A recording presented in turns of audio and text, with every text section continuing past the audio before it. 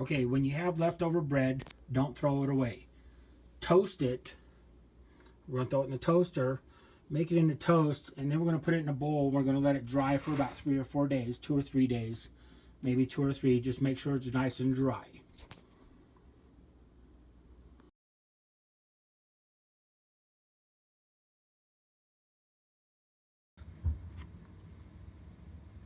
Okay, once your bread is dried out for 2 or 3 days, it's nice and crisp.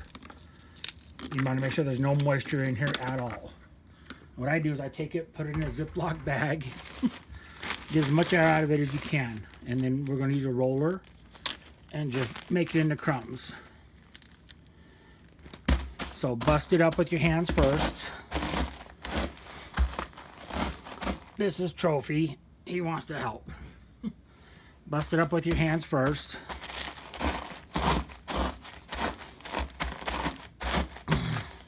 Get the air out of the bag. You want to always get the air out of the bag as much as you can. And then use a roller on it. Just roll it for a little while till you get the crumbs.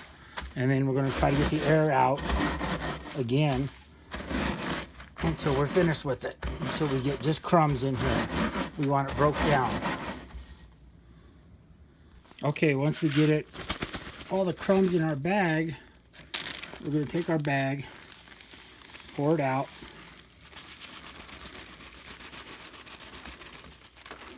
And this is what you want. You want just the crumbs. You don't want no big pieces or nothing in there. You want it broke up. Just nice and broken up. Now we're going to put this, measure it out to 6 cups. Once we have 6 cups, we're going to put it back in a clean bag. We're going to throw a date on it. We're going to throw it in the refrigerator until we're ready to make whatever we're going to make out of them. Okay? Okay, we're going to take our breadcrumbs. We're going to throw them in the bowl. 6 cups. We have 6 cups of breadcrumbs. It doesn't matter what order you add this in. Just add everything in here. Put our butter, 1.5 cups of butter. We have 4 eggs that we beat really good. Don't want them fluffed. Just beat them. Add them to it. And then our 2 cups, I use half and half.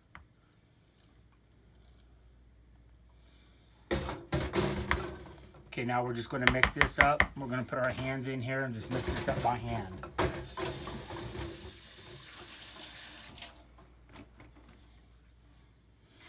Just mix this up really good.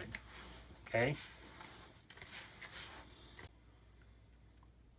Okay, this is what our dough is going to look like.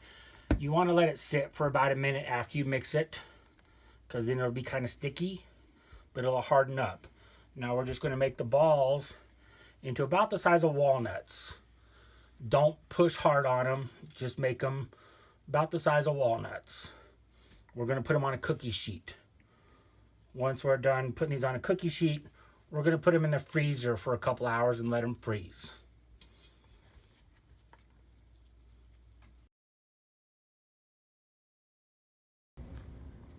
Okay, after we pull these out of the freezer, they're going to be hard. We're just going to bag them up. Now you can bag them whatever you want. Some people put them in containers. I use Ziploc bags, get the air out of them. The way to cook these is when you're making your chicken noodle soup or whatever you're going to put these in. After everything is cooked, add these to it while everything's still hot. Boil them for a few minutes. Once they rise up to the top, they are finished. One other thing I forgot to add is some people put allspice in here. I don't do allspice because to me it's really salty, and I'm not a real big salt person. So I don't put allspice in it, but if you like allspice, with this batch you can do like 1/2 of a tablespoon. Try it out. You can adjust it next time you make it more or less to see if you like it or not. Me, I just leave it out completely. One of the things I would like to see is on the bottom of these videos, I do have comments.